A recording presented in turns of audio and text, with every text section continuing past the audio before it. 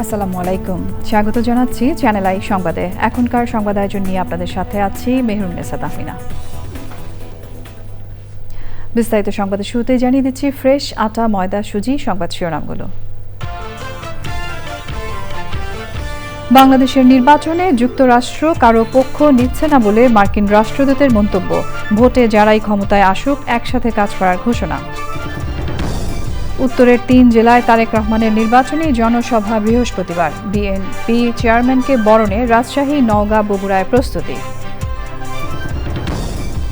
নারীরা হামলার শিকার হলে জামায়াত বসে থাকবে না বললেন দলের আমির। পিতৃতান্ত্রিক নয়, মানবিক সমাজ গঠনের প্রতিশ্রুতি। দেশে ডিজিটাল বিপ্লবের কথা বলা হলেও বাস্তবে কিছুই নেই বললেন প্রধান উপদেষ্টা। দুর্নীতি প্রতিরোধে নাগরিক সুবিধা সহজ করায় গুরুত্ব আরোপ। এবং তৈরি পোশাক খাতে অধিকার, সক্ষমতা, সহযোগিতা জোরদারের বার্তা। উৎপাদন প্রক্রিয়ায় সৃষ্ট বর্জ্য সম্পদ বলে মন্তব্য।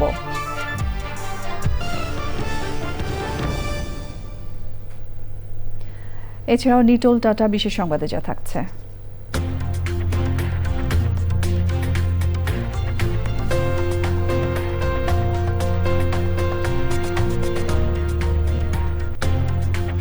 সৌদি আরবে গ্লোবাল লেবার মার্কেট সম্মেলনের খবর।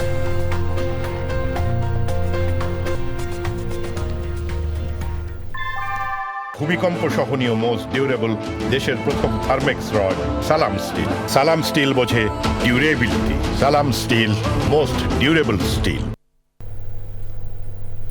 সংবাদ শিরোনামগুলো জানাচ্ছিলাম। এখনকার সংবাদ আয়োজন একই সঙ্গে চ্যানেল আই এর ইউটিউব চ্যানেলে এবং চ্যানেল আই এর ওটিটি প্ল্যাটফর্ম আই স্ক্রিনে লাইভ স্ট্রিম হচ্ছে। এবার যাচ্ছে বিস্তারিত প্রসঙ্গে এবং শুরুতেই জাতীয় সংসদ নির্বাচন 2026 কাউন্টডাউন।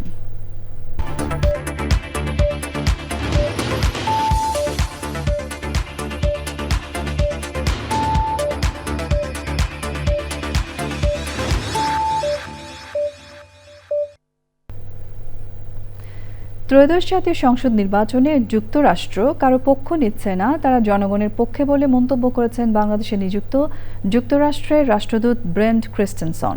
বুধবার দুপুরে প্রধান নির্বাচন কমিশনারের সঙ্গে বৈঠকের পর সাংবাদিকদের তিনি এই কথা বলেন। যে সরকারি ক্ষমতায় আসুক যুক্তরাষ্ট্র তাদের সঙ্গে কাজ করবে বলেও জানান রাষ্ট্রদূত। লায়লা নওশিনের রিপোর্ট। পূর্ব নির্ধারিত বৈঠকের অংশ হিসেবে বুধবার সকাল 12:15টায় ৩ সদস্যের প্রতিনিধি দল নিয়ে নির্বাচন ভবনে আসেন ঢাকায় নবনিযুক্ত মার্কিন রাষ্ট্রদূত ব্রেন্ট ক্রিস্টেনসন। সিইসির সঙ্গে প্রায় 1 ঘণ্টার বৈঠক শেষে ব্রেন্ট ক্রিস্টেনসন সাংবাদিকদের জানান বৈঠকে ফলপ্রসূ আলোচনার কথা। আসন্ন নির্বাচনে যুক্তরাষ্ট্র কোনো দলের পক্ষে না, বাংলাদেশের জনগণের পক্ষে থাকবে বলে জানান তিনি। বাংলাদেশের নির্বাচন নিয়ে যুক্তরাষ্ট্রের মধ্যে ব্যাপক উৎসাহ কাজ করছে। মার্কিন সরকার কোনো দলের পক্ষ নিচ্ছে না। আমরা বাংলাদেশের মানুষের পক্ষে। বাংলাদেশের ভোটের বিষয়ে বাংলাদেশের জনগণই সিদ্ধান্ত নেবে। আশা করি উৎসবমুখর ও সফল নির্বাচন হবে। যেই সরকারই আসুক না কেন যুক্তরাষ্ট্র তাদের সাথে থাকবে। পরে ইসি সচিব আক্তার আহমেদ জানান পোস্টাল ব্যালট, আচরণবিধি লঙ্ঘনের অভিযোগ ও আইন শৃঙ্খলা নিয়েও আলোচনা হয়েছে মার্কিন রাষ্ট্রদূতের সঙ্গে। এবারের নির্বাচনে যুক্তরাষ্ট্র পর্যবেক্ষক পাঠাবে না, তবে স্বতন্ত্রভাবে দেশের 4টি স্থান থেকে পর্যবেক্ষণ করবে দূতাবাস।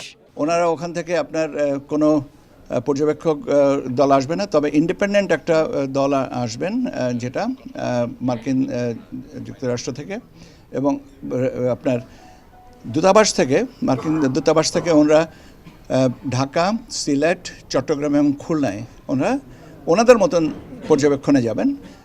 But they are not the formal observers. ওনারা এমনি দেখতে যাবেন ভোটের অবস্থাটা কী, এবং আপনাদের ওনারা বলেছেন যে ওনারা এটাকে কংগ্রেসের আপনার সিনেটে বোধহয় রিপোর্ট করবেন। মার্কিন দূতাবাসের এই দলে আরও ছিলেন রাজনৈতিক কর্মকর্তা ডেভিড মুর ও ফিরোজ আহমেদ। আমরা কিভাবে এটাকে ম্যানেজ করতেছি। Laila Naushin, channel I, Dhaka. জামায়াতে ইসলামের আমির ডাক্তার শফিকুর রহমান বলেছেন, কেউ যদি আর নারীদের গায়ে হাত তোলার চেষ্টা করে তাহলে তারা বসে থাকবে না। মিরপুরে মণিপুর বালিকা উচ্চ বিদ্যালয় মাঠে নারী সমাবেশ জামায়াত আমির বলেন, নারীদের চোখ রাঙানি দিয়ে থামিয়ে দেয়া যাবে না, তারা তাদের দায়িত্ব পালন করবেন। তিনি বলেন, নারীদের সম্মান নিশ্চিত করবে জামায়াতে ইসলামী। বিস্তারিত তাফিমুল ইসলামের রিপোর্টে।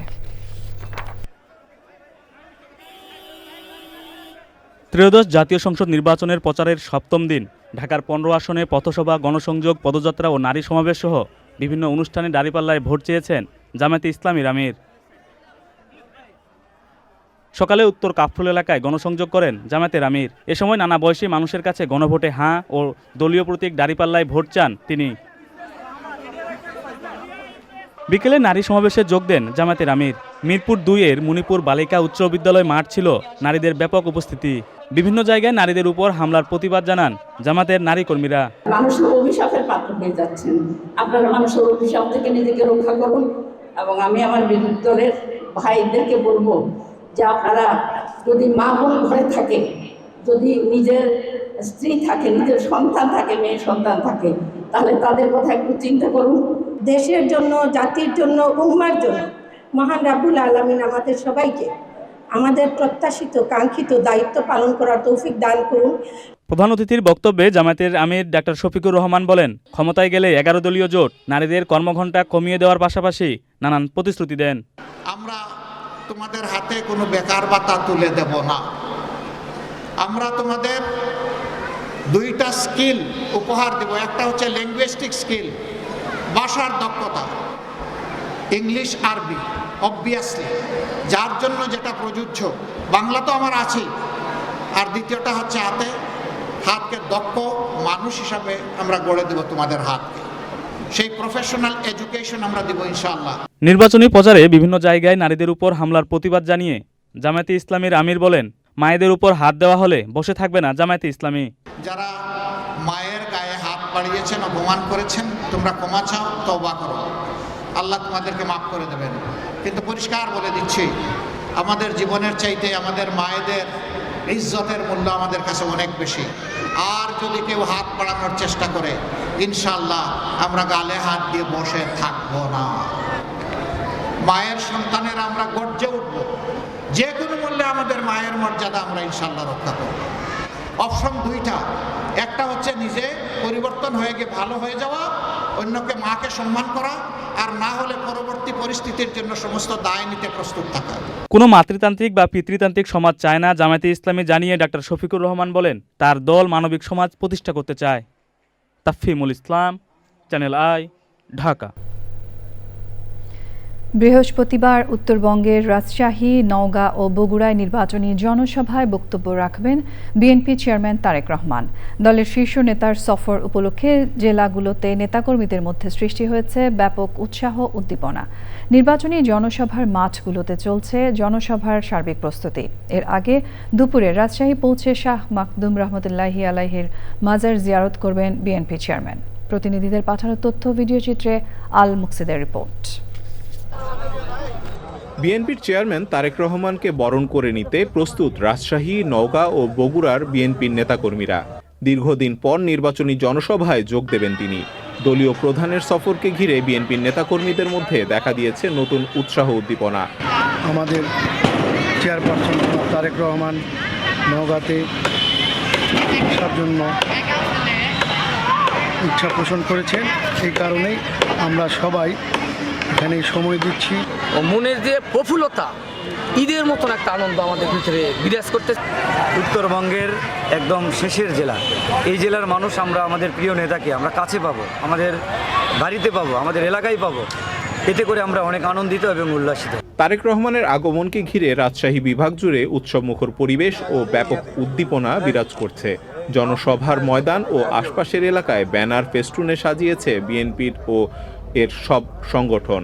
নেওয়া হয়েছে সর্বাত্মক নিরাপত্তা ব্যবস্থা। শহীদ জিয়ার, বেগম খালেদা জিয়া, তারেক রহমানের ধানের শীষের দুর্গ রাজশাহীর ঐতিহাসিক মাদ্রাসা মাঠ, শত শত বছরের প্রাচীন সেই মাঠের এই সভা আগামী ইতিহাসে লেখা থাকবে সর্বকালের সর্ববৃহৎ জনসমুদ্র যা রাজশাহী মাদ্রাসা মাঠ হয়ে পুরো মহানগরব্যাপী একটি জনসমুদ্রের রূপ লাভ করবে। প্রোডাকশনগুলো এগুলো আমাদের মোটামুটি রেডি। আমাদের এই আজকের কাজের মধ্যে লাইটিং সব ইনশাআল্লাহ সম্ভব হয়েছে। আমরা শতভাগ প্রস্তুত।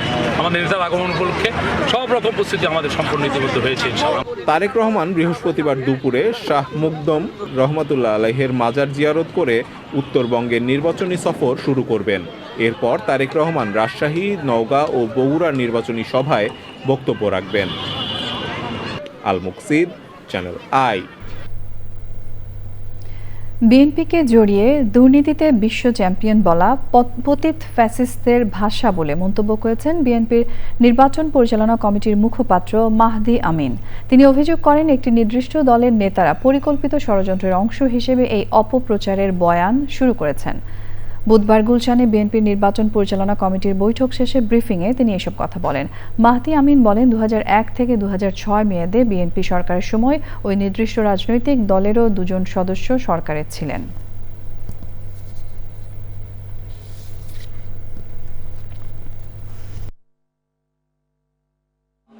একটি নির্দিষ্ট দলের শীর্ষ পর্যায়ের নেতারা নতুন করে পতিত ফ্যাসিবাদের মতন করে পুরনো মিথ্যা ও প্রতারণামূলক দুর্নীতির বিশ্ব চ্যাম্পিয়ন বয়ান প্রচারের দায়িত্ব গ্রহণ করেছেন। অথচ এটি আজ জাতীয়ভাবে প্রমাণিত যে বিএনপি রাষ্ট্র পরিচালনায় আসার পর দুর্নীতির হার ধারাবাহিকভাবে কমেছে। ভোট চাইতে গিয়ে সেই নির্দিষ্ট দলটি ধর্মীয় অনুভূতির অপব্যবহার, জান্নাতের প্রলোভন, কোরআন শরীফে শপথ করানো, এমনকি বিকাশ নম্বরে টাকা দেওয়ার বিভিন্ন প্রস্তাব দিয়ে বেড়াচ্ছে। ফলে যারা নিজেরাই টাকা দিয়ে ভোটারদের ভোট কেনার চেষ্টা করছে, আবার তারাই যখন দুর্নীতির গল্প শোনাচ্ছে, সেটি তাদের তথাকথিত সততাকেই প্রশ্নবিদ্ধ করছে। ইঞ্জিনিয়ার সাহেব, বাড়ি ডিজাইন তো হলো, কিন্তু কোন রড দিয়ে বাড়ি বানাবো? অবশ্যই আকিজ ইস্পাত, কারণ ভালো মানের 500W রডের yield strength 500 MPa, tensile strength 625 MPa আর সর্বোচ্চ গুণগত মানের আকিজ ইস্পাতের টেনসাইল স্ট্রেংথ 700 MPa, অর্থাৎ ভালো মানের রডের থেকেও 12% বেশি। বুঝেছি, এখনই অর্ডার করছি অধিক শক্তিশালী আকিজ ইস্পাত। আকিজ ইস্পাত, কমিটেড টু কোয়ালিটি। বিএনপি মহাসচিব মির্জা ফখরুল ইসলাম আলমগীর বলেছেন, বিগত সরকারের আমলে যারা দোষী তাদের বিচার হবে, নির্দোষ ব্যক্তিদের আগলে রাখা হবে। বুধবার বিকেলে ঠাকুরগাঁওয়ের মলানী বাজার ও দেহন ময়দান বাজারে নির্বাচনী প্রচারের সময় পথসভায় এই কথা বলেন তিনি। বলেন, পুলিশ বাহিনীকেও ঢেলে সাজানো হবে। শেষবারের মতো নির্বাচনে সমর্থন দিয়ে পাশে থাকার আহ্বান জানান বিএনপি মহাসচিব।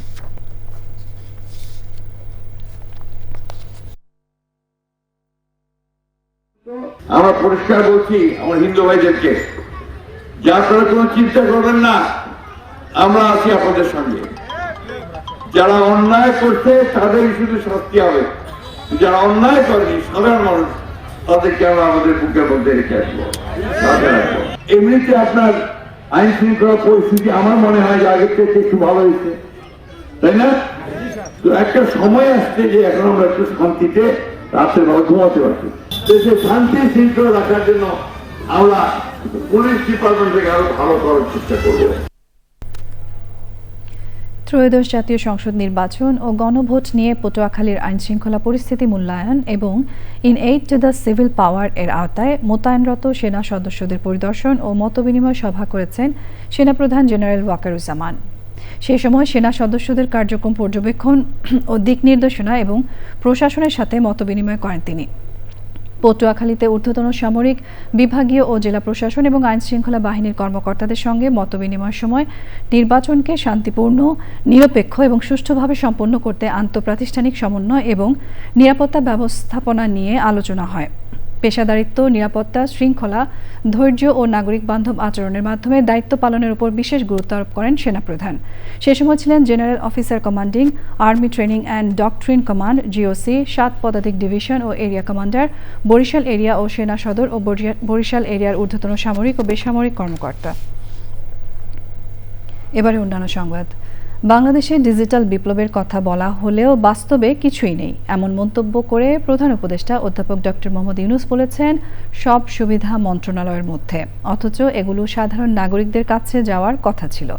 প্রধান উপদেষ্টা বলেন, নাগরিকদের কাছে সুবিধা চলে গেলে দেশে আর দুর্নীতি হতো না। মোস্তফা মল্লিকের রিপোর্ট। বাংলাদেশ চীন মৈত্রী সম্মেলন কেন্দ্রে digital device and innovation expo 2026। দেশের সবচেয়ে বড় তথ্য প্রযুক্তি প্রদর্শনীর উদ্বোধন করেন প্রধান উপদেষ্টা অধ্যাপক ডক্টর মোহাম্মদ ইউনুস। তিনি বলেন, সারা বিশ্ব প্রযুক্তিতে যত দ্রুত গতিতে এগিয়ে যাচ্ছে, বাংলাদেশ তার চেয়েও বেশি গতিতে পিছিয়ে যাচ্ছে। এবং এর গতি, পরিবর্তনের গতি দ্রুত থেকে দ্রুততর হচ্ছে। এটি হলো 1 নম্বর মেসেজ। আমরা যদি নিজেদের গতি দ্রুত না করি, ওই গতির সঙ্গে নিজেদের সামঞ্জস্য বিধান না করি, কি পরিমাণ দ্রুত গতিতে আমরা পিছিয়ে পড়ব এটা চিন্তাও করা যায়। আজকে 2-4টা কথা বলে মনে হচ্ছে যে আমরা তাদের সঙ্গেই আছি। আমরা সঙ্গে নেই। আমরা চিন্তায় পেছনে, কাজে পেছনে, নীতিতে পেছনে, সব দিক থেকে। আমার বলার উদ্দেশ্য হচ্ছে এই খাতটা হলো মূল খাত। এই খাত থেকে ভবিষ্যৎ রচনা হবে আমাদেরও এবং সারা পৃথিবীরও। প্রধান উপদেষ্টা বলেন, নাগরিকদের কাছে সরকারের সেবা যাবে, সরকার নয়। কিন্তু নাগরিকরা কোনো ধরনের সুযোগ সুবিধা পান না।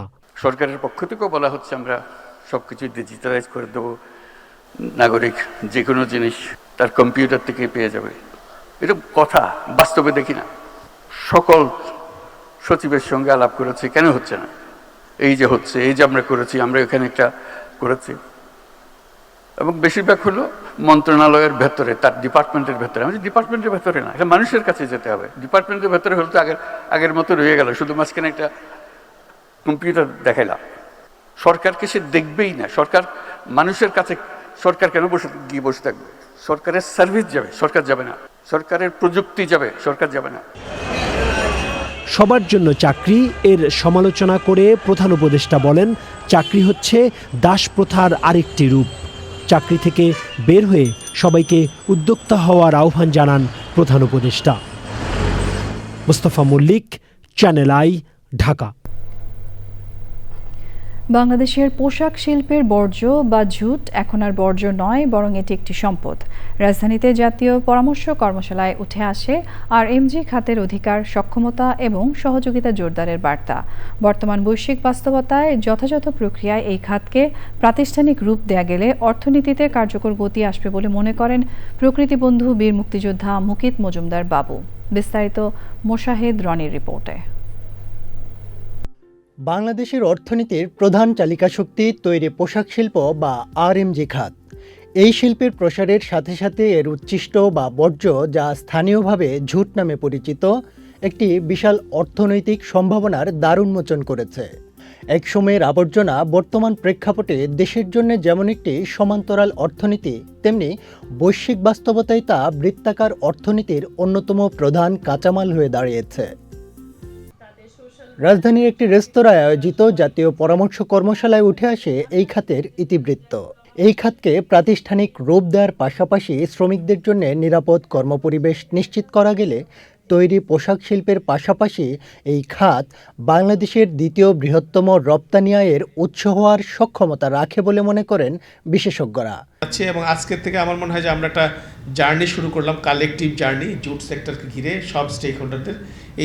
এই ডায়ালগটা কন্টিনিউ করবে, এই এঙ্গেজমেন্টটা কন্টিনিউ থাকবে এবং আগামী দিনে আমরা ওভারঅল ফ্যাশন ইন্ডাস্ট্রিতে যে এই যে অবহেলিত পার্টটা, পার্টটা, সেটা কীভাবে রিকানেক্ট করা যায় এবং কানেকশনটা কীভাবে স্মুথ, হেলদি এবং ডিসেন্ট করা যায়, সেই জন্য সবার অংশগ্রহণ, সবার সক্রিয় সহযোগিতা কামনা করি। এবং দেশে তো সমস্যার শেষ নাই, সমস্যায় আমরা জর্জরিত সব কিছুতেই। আমরা যদি প্রকৃতি পরিবেশের কথা বলি, সেখানে যেমন নানা সমস্যা আছে, যেটা নিয়ে আমি কাজ করি। পাশাপাশি এই যে নানা ইন্ডাস্ট্রি বলি এবং ইন্ডাস্ট্রিয়াল পলিউশন বলি, চাইল্ড লেবার বলি অথবা নর্মাল লেবার বলি, অস্বাস্থ্যকর অবস্থা এবং আমরা যেইভাবে আমাদের লেবারদের হ্যান্ডেল করি, সেটাও কিন্তু কোনো অবস্থাতে অ্যাকসেপ্টেবল না। যদি প্রপার স্যালারি না দেই, প্রপার যদি ওয়েজেস না দেই এবং প্রপারলি ওদের আমরা ট্রিট না করি, ওদের স্বাস্থ্যের দিকে খেয়াল না রাখি এবং এনভায়রনমেন্ট, এই ফ্যাক্টরি এনভায়রনমেন্টও যদি ভালো না রাখি, সেগুলো সবই কিন্তু আলটিমেটলি কিন্তু এই লেবাররা যেমন সাফার করবে, পাশাপাশি কিন্তু প্রোডাকশনও কিন্তু কমে যাবে। বিশ্লেষকরা বলছেন, ন্যায্য শ্রমিক অধিকার নিশ্চিতের পাশাপাশি ঝুটকে কেন্দ্র করে একটি সুশৃঙ্খল ইকোসিস্টেম গড়ে তোলায় এখন সময়ের দাবি। Moshahid Roni, channel I, Dhaka. কলকারখানা আর বাণিজ্যের শহর নারায়ণগঞ্জ।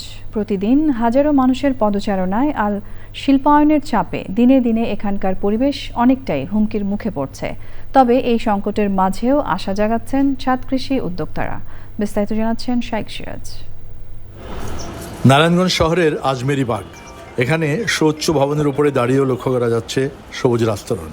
এই 5 তলা ভবনে 2 স্তরে 2200 বর্গফুট জায়গা জুড়ে শহীদুল ইসলাম লিটন গড়ে তুলেছেন ছাদ কৃষি।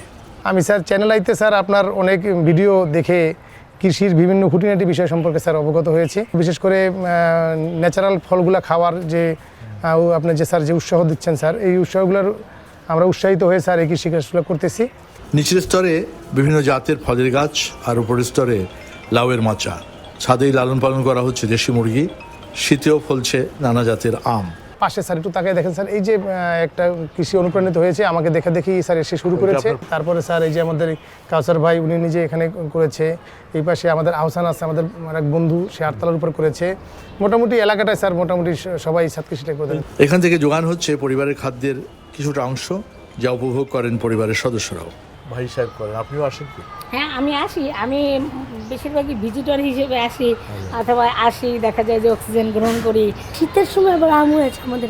আরে বাবা, 4টা আম হয়েছিল। তার মানে তোমার 12 মাসই আম হয় না? জি স্যার, তোমাদের 12 মাসই আম আছে, বছর জুড়ে আম হয়। তো বাংলাদেশের জেলায় জেলায় বিশেষভাবে 12 মাসি আমের যে চাষ হয়, তার পাশাপাশি ছাদে আঙিনায় অনেকেই 12 মাসি আমের চাষ করছেন। শহীদুল ইসলাম লিটন তেমনই একজন, যিনি তার নিজস্ব বাড়ির এই ছাদটুকুকে ছাদ কৃষি কাঠামো তৈরি করে আয়োজন করেছেন এই সুন্দর বাগানটি, যার মধ্য দিয়ে তিনি শুধু এখান থেকে ফসল পাচ্ছেন এবং সেটা দিয়ে তার চলছে, বিষয়টা ওরকম নয়। তার যে আনন্দ পরিবারের সবাইকে নিয়ে, সেটাকে তিনি অনেক বেশি উপভোগ করছেন। নারায়ণগঞ্জের আজমেরি বাগের শহীদুল ইসলাম লিটনের ছাদ কৃষি থেকে শাইখ সিরাজ, চ্যানেল আই। ভারতের মহারাষ্ট্রে বিমান বিধ্বস্ত হয়ে রাজ্যের উপমুখ্যমন্ত্রী অজিত পাওয়ার নিহত হয়েছেন। বুধবার স্থানীয় সময় সকাল 9:15 রাজ্যের বরামতি জেলায় এই দুর্ঘটনা ঘটে। এনডিটিভির প্রতিবেদনে জানানো হয়, বিমান দুর্ঘটনায় ন্যাশনালিস্ট কংগ্রেস পার্টির প্রধান অজিত পাওয়ার ছাড়াও আরও 4 জন নিহত হয়েছেন। তাদের মধ্যে বিমানের পাইলটও অজিত পাওয়ারের নিরাপত্তা কর্মকর্তা রয়েছেন। ভারতীয় বার্তা সংস্থা ANI জানায়, মহারাষ্ট্রের বরামতি বিমানবন্দরে জরুরি অবতরণের সময় বিমানটি বিধ্বস্ত হয়। 66 বছর বয়সী অজিত পাওয়ার বরামতিতে জেলা পরিষদ নির্বাচনের জনসভায় অংশগ্রহণের জন্য যাচ্ছিলেন। এবারে রয়েছে নিটোল টাটা বিশেষ সংবাদ।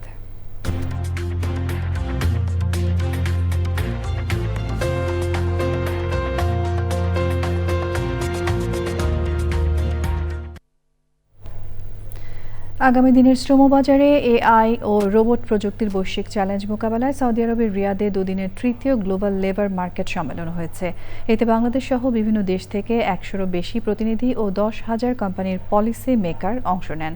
সম্মেলনের 50-টির বেশি সেশনে বৈশ্বিক ক্রমবর্ধমান দক্ষ জনশক্তির চাহিদা পূরণে আলোচনা এবং ভবিষ্যৎ কর্মপন্থা নিয়ে আলোচনা হয়।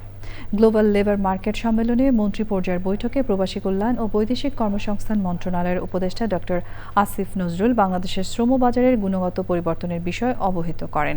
তিনি জানান, সৌদি আরবের সাথে দক্ষতা যাচাই কর্মসূচি চুক্তি অনুসারে বাংলাদেশ এখন সৌদি শ্রমবাজারের প্রকৃত চাহিদার সাথে সামঞ্জস্য রেখে প্রতি মাসে 60,000 কর্মীকে বিভিন্ন পেশায় দক্ষতার সার্টিফিকেট দিচ্ছে।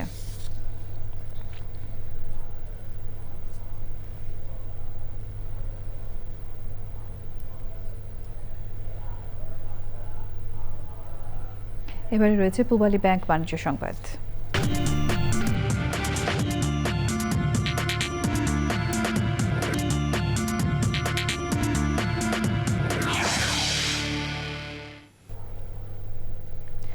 সুইট গ্রুপ এবং আস্থা লাইফ ইন্স্যুরেন্স কোম্পানির মধ্যে গ্রুপ বীমা চুক্তি সই হয়েছে। রাজধানীর মহাখালীর SKS টাওয়ারে আস্থা লাইফ ইন্স্যুরেন্স কোম্পানি প্রধান কার্যালয়ে এই চুক্তি সই হয়। আস্থা লাইফ ইন্স্যুরেন্স কোম্পানি লিমিটেডের মুখ্য নির্বাহী কর্মকর্তা ব্রিগেডিয়ার জেনারেল শাহ সগিরুল ইসলাম এবং সুইট গ্রুপের চেয়ারম্যান মোহাম্মদ মঞ্জুরুল হুদা নিজ নিজ প্রতিষ্ঠানের পক্ষে চুক্তিপত্রে সই করেন। আয়োজকরা জানান, এই চুক্তির মাধ্যমে সুইট গ্রুপের 3টি প্রতিষ্ঠান যথাক্রমে sweet agrovet limited, lark international ও সুইট আইটেকের কর্মকর্তা কর্মচারীরা আস্থা লাইফের গ্রুপ বীমার আওতায় জীবন বীমা কাভারেজ পাবেন।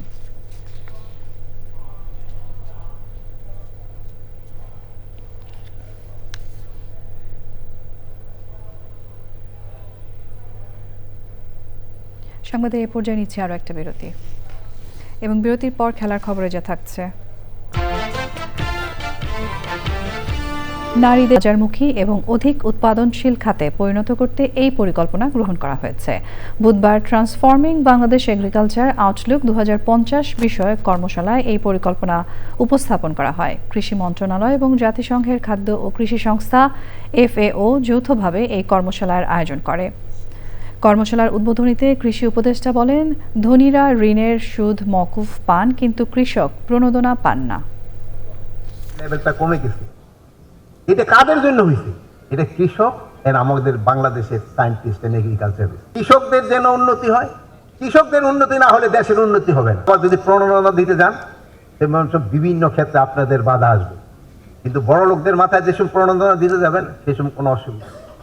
ব্যাংকের লোন নিয়ে রাখছে, ইন্টারেস্ট দিবে না, মাফ করে দিবেন, কিন্তু কৃষকের প্রণোদনার সময় কিন্তু আপনারা দিবেন না। ইন্টারেস্ট 10% থেকে 2% দিয়ে মাপ পেয়ে চলে যাবে। এগুলির দিকে আপনারা খেয়াল করবেন। এবারে জানাবো খেলার খবর।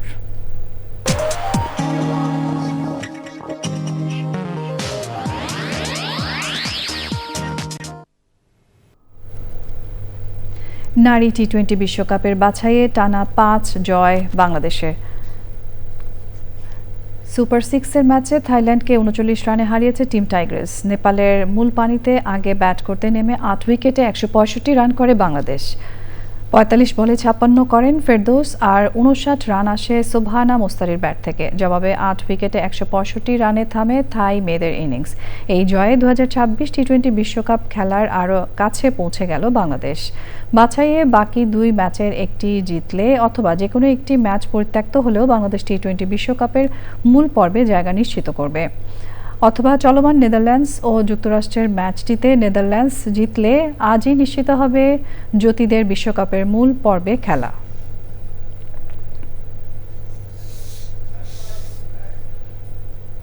সংবাদ শেষ করব ফ্রেশ আটা ময়দা সুজি। সংবাদ শিরোনামগুলো আরো একবার জানিয়ে দিয়ে। বাংলাদেশের নির্বাচনে যুক্তরাষ্ট্র কারো পক্ষ নিচ্ছে না বলে মার্কিন রাষ্ট্রদূতের মন্তব্য। ভোটে যারাই ক্ষমতায় আসুক একসাথে কাজ করার ঘোষণা। উত্তরের 3 জেলায় তারেক রহমানের নির্বাচনী জনসভা বৃহস্পতিবার। বিএনপি চেয়ারম্যানকে বরণে রাজশাহী, নওগাঁ, বগুড়ায় প্রস্তুতি। নারীরা হামলার শিকার হলে জামায়াত বসে থাকবে না বললেন দলের আমির। পিতৃতান্ত্রিক নয়, মানবিক সমাজ গঠনের প্রতিশ্রুতি।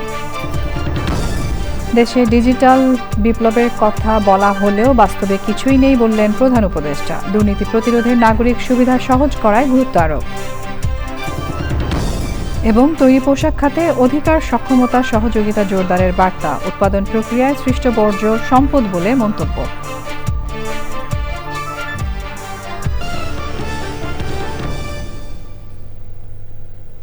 এরই সঙ্গে শেষ করছি আমাদের এখনকার সংবাদ আয়োজন। ধন্যবাদ এতক্ষণ সঙ্গে থাকার জন্য।